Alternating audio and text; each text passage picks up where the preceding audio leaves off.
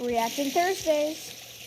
So I'm here today in Florida filming with Kevin, more commonly known as the Backyard Scientist. That's right. And today we're going to take these 2 live grenades and we're going to be dipping them in this tub of liquid nitrogen. So go ahead and hand with me.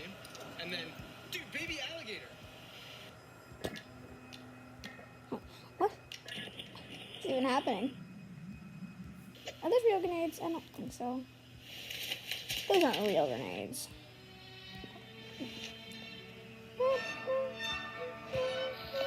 So now we're both about 15 feet away, except I'm on land with a grenade on land, and Kevin is in the water with a grenade in the water. Oof. So the question is, which one of us has a better chance of survival? The underwater Take a moment one. to decide. Do you dive on the pool deck or jump in the pool?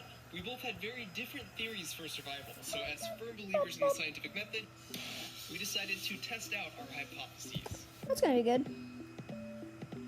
So we devised some experiments, but before I get to those, I think it's important to understand how a grenade actually works. So once you pull the pin, as long as you keep this handle pushed down, you're perfectly safe. But as soon as you let go of the grenade, this handle springs off, which releases a spring-loaded striker that hits a percussion cap that starts a 5-second fuse that you can't do anything to stop.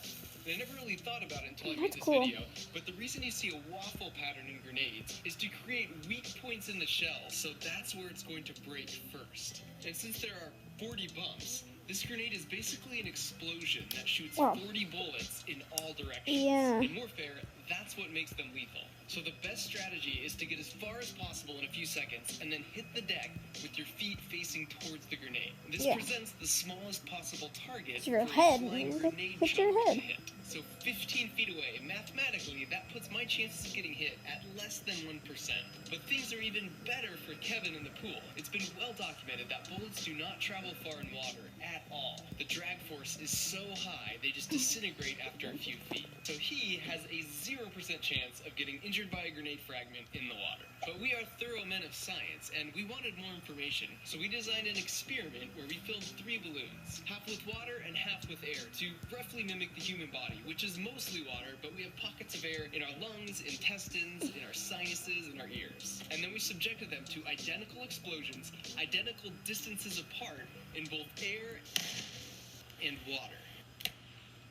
As you can see, there isn't much effect on land because air is compressible, which helps It's not a dissipate grenade. energy, plus the blast wave reflects around objects. But in water, the story is different. Water is incompressible, which means not only is the blast wave not dissipated, but it passes right through You guys wanna your see Poppy? mostly water body. So the air in these balloons represents the air in your body, like your lungs and your sinuses.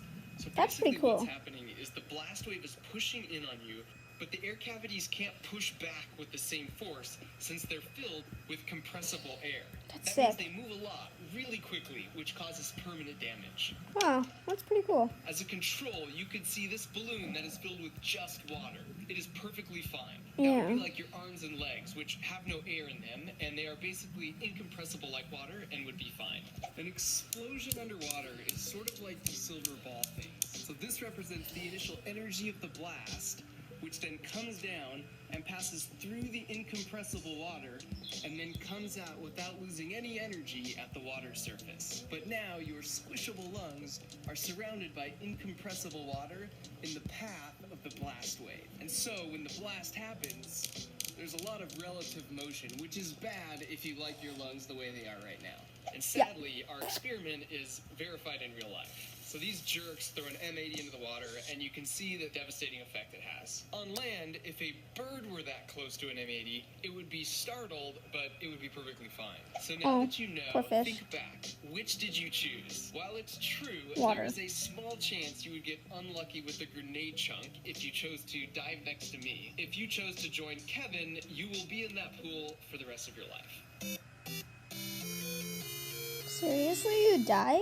So huge thanks to the Backyard Scientist for Wow, dying that's in the neat. name of science.